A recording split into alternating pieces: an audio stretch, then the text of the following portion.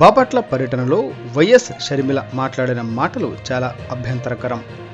ఆయనేం పీకాడు ఈయనేం పీకాడు అని మాట్లాడితే షర్మిల కాబట్టి సరిపోయింది.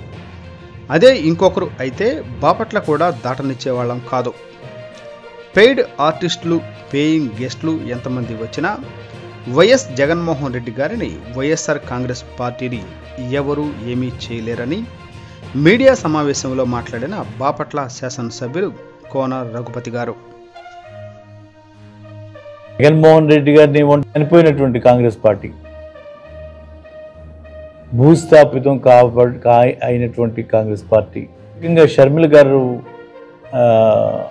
ఆ పార్టీకి వత్తాసు పలకటం చాలా జుగుప్సాకరంగా ఉంది, చాలా అసహ్యంగా ఉంది.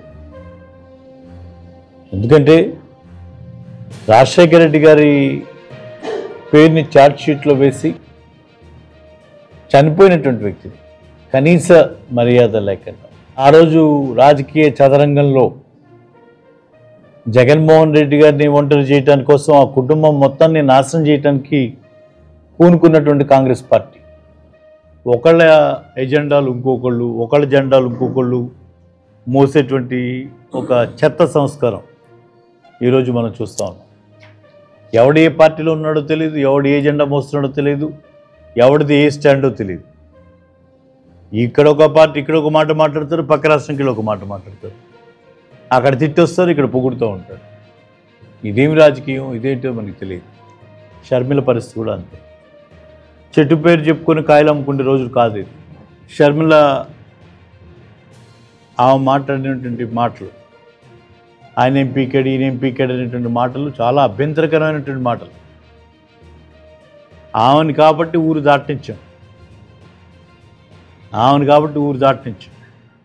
అదే ఇంకోళ్ళ నోటి నుంచి వస్తే వేరే రకంగా ఉండేది. ఆ గౌరవాన్ని నిలబెట్టుకోవాలి. అది ఒకసారి మాత్రమే దక్కే గౌరవం, మళ్ళా ఆ ఎక్సెప్షన్స్ ఉండవు.